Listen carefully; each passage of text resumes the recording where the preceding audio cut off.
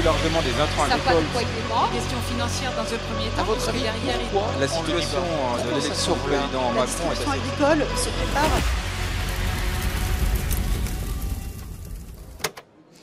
Mesdames, Messieurs, bonjour. Très heureux de vous retrouver ici en direct du Salon de l'Agriculture à la Porte de Versailles de Paris. Stop aux agressions des agriculteurs. Effectivement, il y a beaucoup d'interactions négatives entre les néo-ruraux, les citadins et les agriculteurs. Et ça sera le thème de ce débat. Et pour en parler, j'ai le plaisir d'accueillir Eddy Fougier, politologue. Bonjour. Bonjour Eddy. À vos côtés, Denis Fumury, agriculteur. Denis? Bonjour, oui, agriculteur en Île-de-France, Oui. plus précisément à Cergy-Pontoise, dans un secteur très périurbain. Exactement, et c'est pour ça que vous êtes là, je crois. À ma gauche, Guy Benaroche, bonjour. Bonjour. Sénateur des Bouches-du-Rhône. Oh, il y a pire comme département quand même, Ah c'est oui, sympa. oui. Et en plus, là où vous, Mieux, en fait. et là où vous êtes, je sais que c'est Oui, un oui. coin très sympa. De quelle commune vous êtes? Alors, je suis de la commune de La Bouilladis, qui est en fait entre Aubagne et au pied de la Seine-Victoire et de la Seine-Baume. Ouais, c'est bien. Et à vos côtés, Christophe Zugache. Bonjour Christophe. Bonjour Jean-Paul. Directeur de la communication de Sangos. Christophe, la question est simple. Vous avez essayé de lister un peu quelques frictions au bas mot entre agriculteurs, néo-ruraux, mouvements, ONG, associations. Et ça donne quoi? C'est ça, en fait, depuis plusieurs décennies, l'agriculture est un secteur d'activité économique qui est sans doute un des plus soumis aujourd'hui à la guerre de l'information, non seulement par le contenu, sur des campagnes de dénigrement, des dénonciations, de pratiques productivistes, d'insultes, de troubles qui appellent parfois à des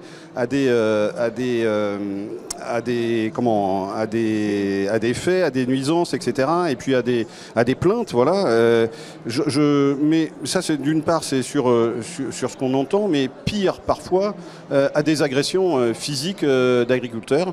Et juste pour rappel, en 2021, il y a eu 14 500 atteintes sur des exploitations, avec les 2/3 de vols de matériel, de gasoil, de tracteurs. Il y a un tracteur qui disparaît par jour en France, c'est quand même important.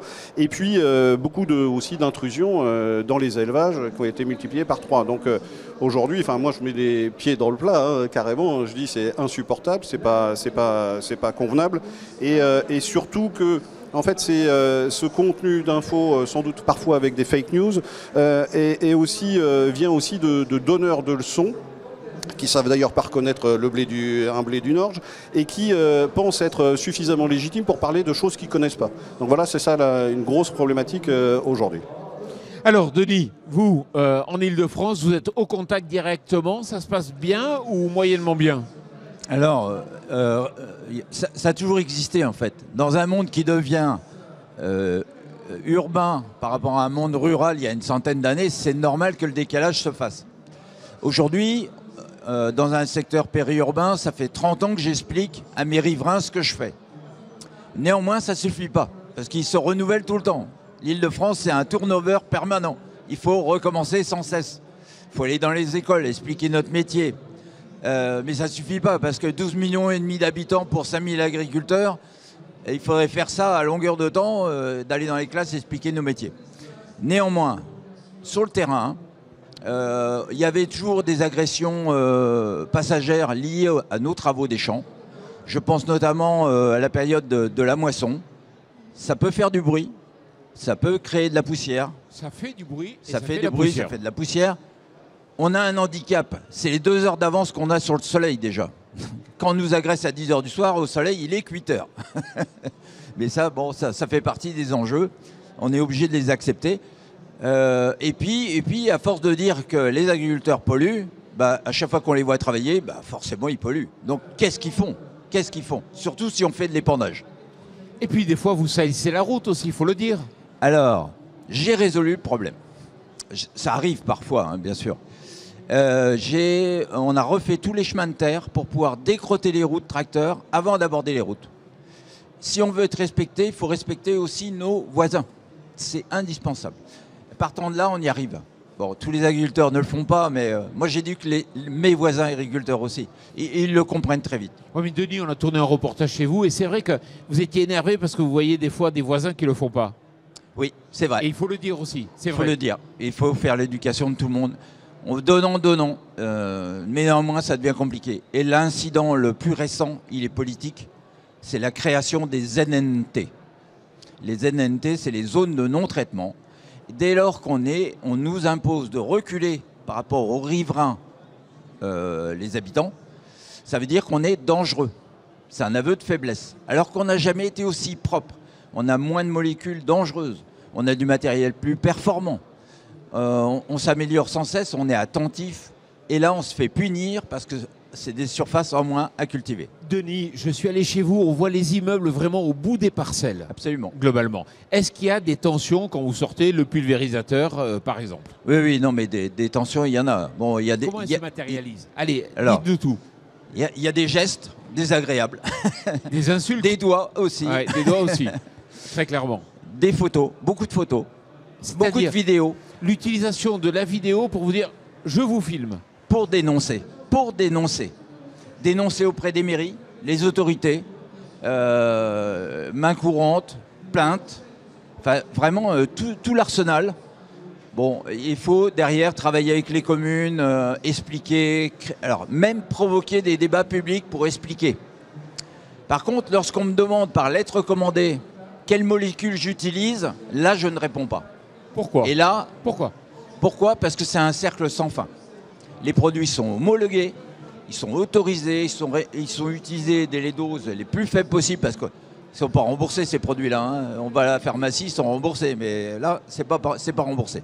Donc on est hyper attentif et on ne répond pas. On dit, si on a des moyens, c'est les chambres d'agriculture qui nous aident pour lister les périodes d'épandage qui sont probables. Mais j'allais dire, à chaque fois que je peux, à chaque fois qu'il y a un traitement qui n'est pas réalisé, c'est une économie. C'est qu'on n'en a pas eu besoin. Et ça, Donc, on est attentif. Je mets à votre place. Vous êtes dans l'automoteur de pulvérisation. Vous partez, vous voyez une personne qui vous fait un bras d'honneur ou autre. Certains vous insultent des fois? Oui, on les entend pas toujours, mais Ouais. c'est criant. Et est-ce que vous avez été des fois agressé? Alors, physiquement, non. Mais c'était tendu. Moi, je me souviens d'une fois, c'était une période de moisson. Alors, c'est assez amusant. Racontez-nous. Une personne est sur le bord du champ, fait des grands signes. Je me suis dit, celui-là, il est mécontent à tous les coups. Je m'arrête à côté de lui. Je l'invite. Il monte dans la machine. Et je l'installe. Je redémarre. Il me dit, qu'est-ce que vous voulez? On va s'expliquer. Mais je n'ai pas le temps de m'arrêter au bord du champ. On va s'expliquer. Et il me dit, je fais un barbecue, j'attends mes amis, je veux pas de poussière, je veux pas de bruit, voilà. Et on fait un tour, 2 tours, et puis on a discuté, et puis on est devenus amis, et maintenant, voilà. Ouais, mais ça, On a gagné. C'est un cas idyllique, ça. Enfin, c'est. Mais il faut aller au-devant. Vous pensez vraiment que la communication, ça peut résoudre? Mais il faut que l'agriculteur aille au-devant de Même ses le gars voisins. qui vous fait un bras d'honneur, hop, vous le faites monter? Ouais. Parce que je le retrouve, je le repère, Ouais. et je vais le revoir dans les jours qui suivent. Ouais. Là, il y en a un récemment, il a tourné les talons, il est parti. Et je le revois 2 jours après, j'étais en voiture. Je me suis arrêté, je lui ai dit, l'autre jour, vous avez eu peur? Bah oui, avec ce que vous faites, c'est normal. Et on s'est expliqué, puis maintenant, il n'a plus peur. Est-ce qu'il y a eu des cas d'agression d'agriculteurs autour de vous que vous connaissez? Pour qu'on ait Ouais, un alors reflet de la réalité. ils avaient poussé le bouchon un peu loin. Mais il ne faut pas faire du frontal. Ouais. Ça ne sert à rien de prendre des C'est-à-dire, ils coups. montent dans les tours rapidement? Voilà. Tout le monde n'est pas communicant comme vous? Bah non, en fait, c'est par la pédagogie qu'on y arrive. Hein. Alors c'est vrai que quand j'étais plus jeune, je courais plus vite. Ouais. Et je courais après les gamins qui faisaient des bêtises dans les champs. Mais aujourd'hui, j'essaye de contourner et de leur expliquer plutôt. Guy Benaroche, dans les Bouches-du-Rhône, comment ça se passe? Alors, d'abord, je vais réagir quand même, si vous me Allez-y, permettez. réagissez. En fait, ce que je veux dire, c'est que les agriculteurs, en fait, ils subissent une double peine. D'abord, ils sont victimes, à mon avis, du système productiviste agricole qu'on a imposé, qu'on leur a fait passer, en fait, comme étant, à un moment donné, comme la seule solution. C'est-à-dire produire plus, avec plus d'intrants, plus de produits, etc. Ils l'ont été victimes pendant longtemps. Et le nombre d'exploitations ou de fermes qui ferment en France encore aujourd'hui, toutes les semaines, le revenu agricole moyen, le taux de suicide chez les agriculteurs, le niveau bas de leur retraite, tout ça montre bien que le système dans lequel on est ne peut pas persister. Ils sont victimes de ça et en même temps, ils sont victimes en fait d'une pression qui vient de l'extérieur qui leur reproche à eux tous les avatars et toutes les vilanies du système. Donc en fait, chaque agriculteur ne doit pas supporter le fardeau d'un système qu'il n'a pas forcément choisi. Et ils font des énormes efforts. Enfin, moi je veux dire que je suis écologiste, les écologistes sont à l'écoute des agriculteurs et je pense qu'on peut dire qu'on est leurs principaux alliés dans la réalité. Et ce n'est pas l'inverse. L'agribashing, c'est une mauvaise définition du terme. On ne fait pas d'agribashing. Nous, on est en soutien des agriculteurs. Il faut qu'ils changent leurs pratiques et ils le font plus vite, en fait, dans la réalité, que ce qui leur est imposé. Et on le voit bien quand on va discuter avec eux, y compris dans les Bouches-du-Rhône. Au niveau, par exemple, la viticulture, c'est une activité agricole importante dans les Bouches-du-Rhône. Si vous voyez que, par exemple, les Baux-de-Provence ou Cassis sont des crus connus qui sont pratiquement 100% bio depuis quelques années maintenant, on voit bien qu'ils vont au-delà des normes. Parce qu'il faut aussi expliquer, de la même façon que vous l'avez expliqué aux gens qui vous en parlent, il faut expliquer aussi partout que le modèle agricole, c'est lui qui doit changer et que les agriculteurs sont les premiers vecteurs de ce changement. C'est ça qui me paraît important. Et sur les agressions, juste une chose, je partage totalement votre idée sur le fait qu'il faut parler et informer. Après, je discute beaucoup avec les maires aussi. Et en fait, aussi bien les agressions des maires que les agressions des agriculteurs, en fait, ne sont pas forcément aujourd'hui des phénomènes, vous l'avez dit, qui sont en augmentation importante par rapport au passé. La seule chose qu'on peut dire aujourd'hui, c'est qu'effectivement, d'abord, on en parle plus, et deuxièmement, la société elle-même est devenue plus violente. On le voit bien avec tout ce qui se passe, y compris sur les réseaux. L'apparition de nouveaux moyens de communication par les réseaux a rendu la société elle-même beaucoup plus violente. Et bien entendu, ni les agriculteurs, ni les maires n'échappent à cette augmentation de la violence. Mais il faut relativiser tout ça. L'agribashing, il faut faire attention. C'est souvent utilisé par un certain nombre de politiques ou de médias comme étant une attaque directe contre les agriculteurs. En fait, la plupart du temps, ce qu'on met dans l'agribashing, c'est des articles ou des gens qui ont parlé pour dénoncer non pas les agriculteurs, mais un modèle économique agricole qui est celui qui nous mène de toute façon à une impasse. Eddie Fouget, puis après on débat. Alors, juste quelques éléments sur la notion d'agression. Effectivement, ça peut aller de l'insulte, du doigt d'honneur, jusqu'au sabotage. Ne mettons pas tout dans le même sac, parce que je pense qu'il faut faire la part aussi entre les acteurs qui sont à l'origine de ces agressions. Vous parliez de vol, là on est dans la petite délinquance la plupart du temps. On a très très peu d'intérêt de la part de la grande criminalité. Il y a eu le gang des tracteurs dans le sud-ouest à un moment donné où c'était de la grande criminalité internationale qui volait des tracteurs. Mais il y a d'autres secteurs qui sont victimes de la grande criminalité. Ce n'est pas le cas. Il y a la question effectivement des militants, notamment à un moment donné, l'intrusion dans les fermes de militants animalistes. On en voit beaucoup moins parce que le principal groupe qui avait ce mode opératoire a arrêté. Et les autres sont totalement démantelés par les sanctions judiciaires ou les sanctions financières. Et donc, il reste effectivement principalement les relations avec d'autres militants plutôt écologistes et surtout les riverains. Et donc, effectivement, là, on est plus sur un certain nombre d'incompréhensions, l'influence sans doute aussi d'émissions de télévision et ou d'articles de presse où on va mettre un avion qui épand des pesticides avec cette impression qu'il y a une sorte de grand complot productiviste. Et donc tout ça fait que ça aboutit à un certain nombre d'incompréhensions, d'autant que effectivement les citadins se sont rapprochés physiquement des exploitations et ne connaissent pas nécessairement, on a les nouvelles générations qui n'ont jamais passé leurs vacances à la ferme et donc ne connaissent pas nécessairement ce qu'est aujourd'hui l'agriculture. Ça vaut pour les phytos, mais ça vaut aussi pour l'élevage. Et donc moi je suis totalement Denis lorsqu'il dit qu'il y a une action à mener de la part des agriculteurs qui est une action pédagogique. Et une action de tout simplement ce qui marche le mieux, c'est les journées portes ouvertes, les visites à la ferme pour voir concrètement ce qu'est le métier d'agriculteur aujourd'hui, qui n'est pas la caricature que l'on veut bien montrer quelquefois. Mais c'est intéressant, Eddie, comment vous avez analysé, enfin segmenté, on va dire, le problème. Ça répond peut-être au voisinage. Chaque agriculteur dans l'absolu devrait inviter ses voisins. Enfin, ça pourrait être ça. Pour les associations, par exemple écologistes, qui partent dans l'action un peu brutale. Moi, personnellement, je n'en connais pas. Alors, d'une manière claire, il faut condamner toutes les agressions qui sont menées vis-à-vis des agriculteurs. Toutes, sans aucune faille. Et on le fait. Moi, personnellement, aussi bien au Sénat chez Europe Écologie Les Verts, c'est une condamnation stricte, nette. Il n'y a pas à aller agresser des agriculteurs d'aucune façon, ni sur leur exploitation, ni verbalement, ni physiquement. C'est puni, c'est punissable, il faut faire appliquer la loi. Les agressions ne sont pas tolérables. Après, moi, je vous le dis, les animalistes, vous l'avez raison, ça n'a nettement diminué. Mais d'une manière générale, par exemple, dans les Bouches-du-Rhône, je ne connais aucune agression d'agriculteurs par des militants écologistes. Je connais des vols, je connais des sabotages qui ont eu lieu, mais ce n'est pas des agressions par des militants écologistes. Et je dois dire d'ailleurs que dans les Bouches-du-Rhône, les 2 dernières affaires dont on a parlé étaient des affaires, en fait, qui touchaient des voisinages entre agriculteurs. Donc, je m'excuse de le dire parce que ça peut paraître, mais ça arrive aussi. Voilà. Donc, il y a toutes ces affaires en fait de droit civil classique et puis il y a toutes ces affaires de vol et qui effectivement c'est pas le grand banditisme.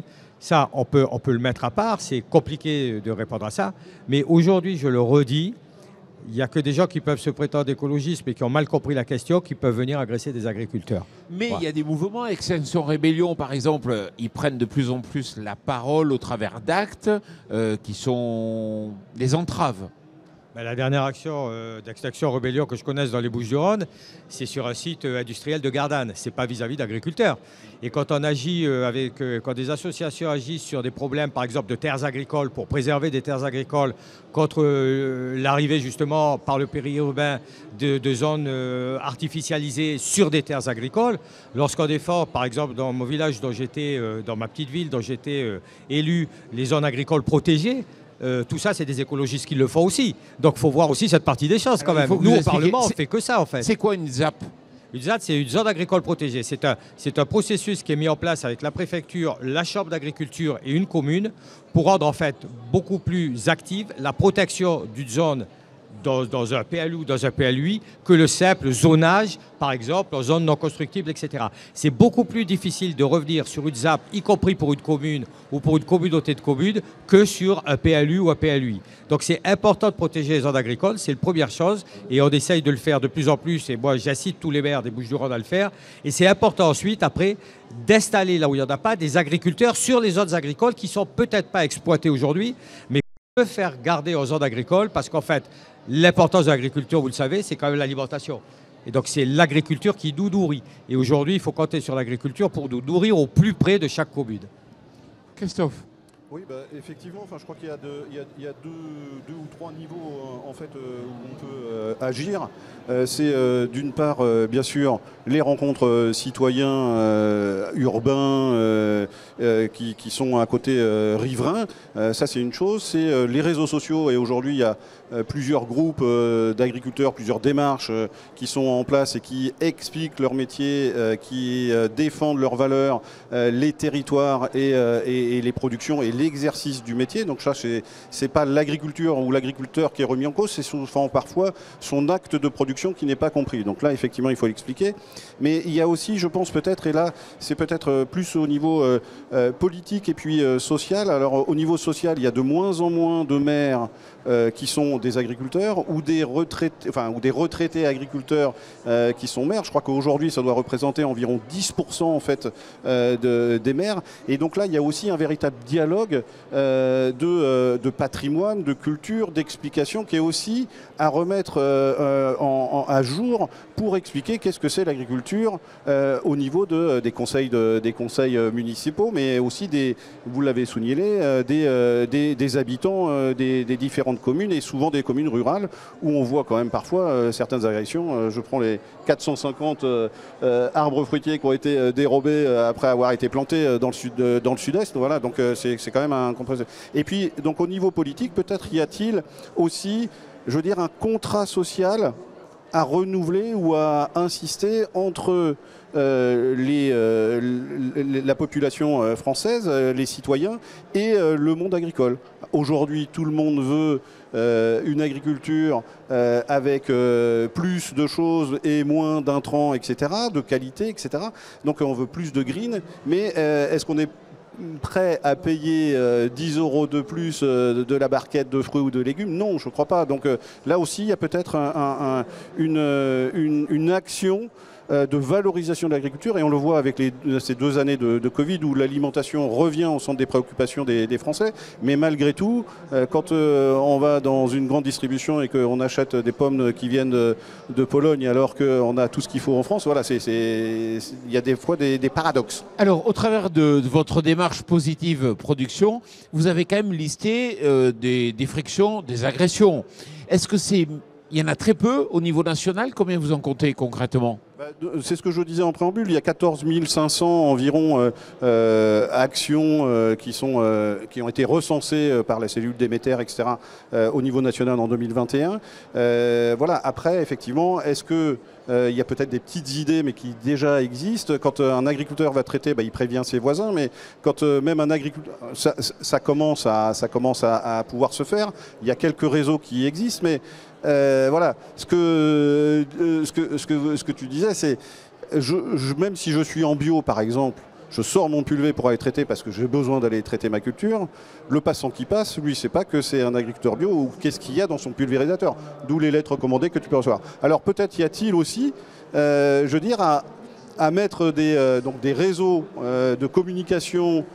Qu'est-ce que tu as dans ton pulvé? Un passant qui passe appelle un numéro. Ce numéro est renvoyé à différents agriculteurs de la région qui prévient, qui discutent, etc. Il y a peut-être aussi un marquage sur les pulvérisateurs. C'est une idée peut-être un peu bête, mais peut-être qu'il y a un marquage à faire sur un pulvérisateur. Voilà, je suis en bio, je suis fier d'être bio, ou je suis en agriculture raisonnée, ou j'utilise du biocontrôle. Denis, je vais répondre à ta remarque. Alors c'est une remarque intéressante. On a envie de faire ça, on a envie de prévenir nos voisins. Soyez pas étonnés, on a un traitement à faire, voilà. Mais ils sont trop nombreux. Si vous êtes en pleine campagne et vous avez 10 voisins, ça va. Un SMS, un WhatsApp, on arrive à prévenir tout le monde. Mais si je commence à prévenir tous mes voisins, je suis sur une agglomération de 240 000 habitants avec les villages qui sont autour. Ils sont trop nombreux. Et si j'annule le traitement, parce que les conditions ne sont pas réunies le lendemain, il faut que je reprévienne le surlendemain. Enfin, mais si ça permet d'améliorer, il y a peut-être des technologies, des choses à mettre en œuvre. Oui, on voulait revenir sur un point important. On parle d'information, effectivement, de la façon d'intégrer, en fait. Il y a 2 choses importantes. La première, c'est qu'en fait, pendant un certain nombre d'années, les gens ont perdu le sens du fait que l'agriculteur, il produisait ce qui allait à lui venir dans son assiette. Bien entendu, le rapport il est beaucoup plus simple quand le gars du coin, il sait que l'agriculteur il est en train de produire quelque chose qui a de fortes chances de venir dans son assiette et de l'alimenter. Il comprend beaucoup mieux les choses déjà. La deuxième chose, c'est qu'avec l'artificialisation des terres, la ville est venue se mettre à la campagne quelque part. Elle est venue à côté des producteurs. Enfin, eux, ils n'ont pas changé les zones agricoles de place. C'est la ville qui s'est étendue dans les zones agricoles. Qu'est-ce qui a été fait pour empêcher ce phénomène pendant des années par les pouvoirs publics et par la question politique? Rien n'a été fait. Mais aujourd'hui, maintenant, il faut remédier à tout ça. Donc c'est important. Et pourquoi il y a moins d'agriculteurs maires? Tout simplement parce qu'il y a beaucoup moins d'agriculteurs. Avant, dans n'importe quelle commune de France, sauf peut-être dans les très grandes, tout le monde connaissait des agriculteurs, dans sa famille, dans ses voisins. Aujourd'hui, qui connaît des agriculteurs? D'abord, la population de ces villes a changé. C'est des gens qui viennent effectivement, qui n'ont plus rien à voir avec la campagne. Et deuxièmement, il y a moins d'agriculteurs, donc beaucoup moins de monde les connaît. Donc l'effort qu'il y a à faire est important. Et quand on dit que c'est beaucoup plus cher de produire local, voire même de produire local bio, que de produire pas local, moi je dis halte là. Il y a des politiques agricoles européennes, il y a des PAC qui font en fait qu'elles aident des économies productivistes agricoles et qui sont les plus polluantes. Et puis ici maintenant, il y a des baisses d'aide et de subventions pour les gens et les agriculteurs qui veulent produire durablement. Donc ça, c'est une question politique. Voilà. Eddy. Par-delà la question de l'agriculture, je pense qu'il y a 2 éléments à avoir en tête.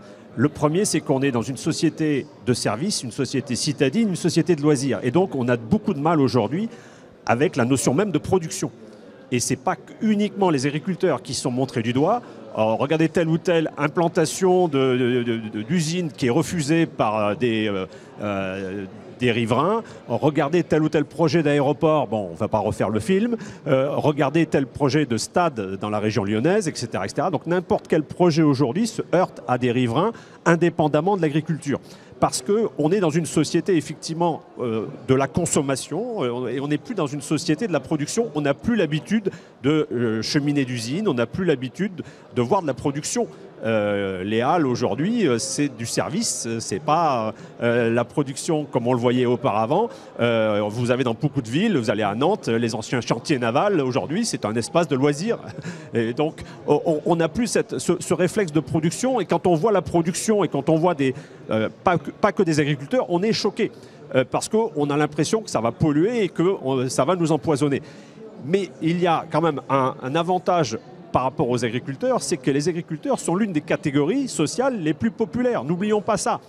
Par-delà l'agribashing, par-delà les débats à avoir dans l'espace public, toutes les enquêtes montrent que les agriculteurs, quel que soit le mode de production, sont populaires. Et il suffit de voir la foule au salon pour en témoigner chaque fois. Alors, toute dernière question, oui. Je rebondis, effectivement, c'est aujourd'hui, on a des solutions d'innovation, de technologie qui existent, et les agriculteurs ont des démarches de progrès qui sont exceptionnelles depuis des décennies, mais qui n'ont pas été forcément expliquées. Je crois que la problématique aujourd'hui, elle est plus effectivement sociologique, c'est-à-dire compréhension du métier, utilité du métier, valorisation également du métier. Ça concourt également à la transmissibilité également des exploitations. Donc voilà, il faut qu'on puisse, malgré tout, même si on aime les agriculteurs, leur permettre, les valoriser de façon à ce que, en termes d'exercice du métier, de professionnalisation et de respect, de bienveillance, tout puisse en fait se coordonner, s'harmoniser dans l'avenir. Allez, toute dernière question pour finir l'émission. Vous me répondez par oui ou par non. La cellule Déméter, vous connaissez tous la cellule Déméter, donc qui permettait à la police de pouvoir avoir donc des moyens supplémentaires pour lutter, on va dire, contre l'agribashing, contre les méfaits qui étaient faits. Aujourd'hui, elle est entravée. Est-ce que c'est une bonne chose ou pas d'avoir une cellule Déméter? Christophe Zugage? Oui. Oui, très clairement oui. Oui. Oui aussi. Denis? Oui. Oui. Oui, si c'est de la police, non, si c'est de la politique. D'accord. Bon, merci pour ce débat très très clair et merci à vous. Plus largement des intrants Ça n'a pas agricoles. de poids de paiement. Question financière dans un premier temps. À votre parce que avis, derrière, pourquoi la situation de l'élection du président La Macron est distribution assez agricole se prépare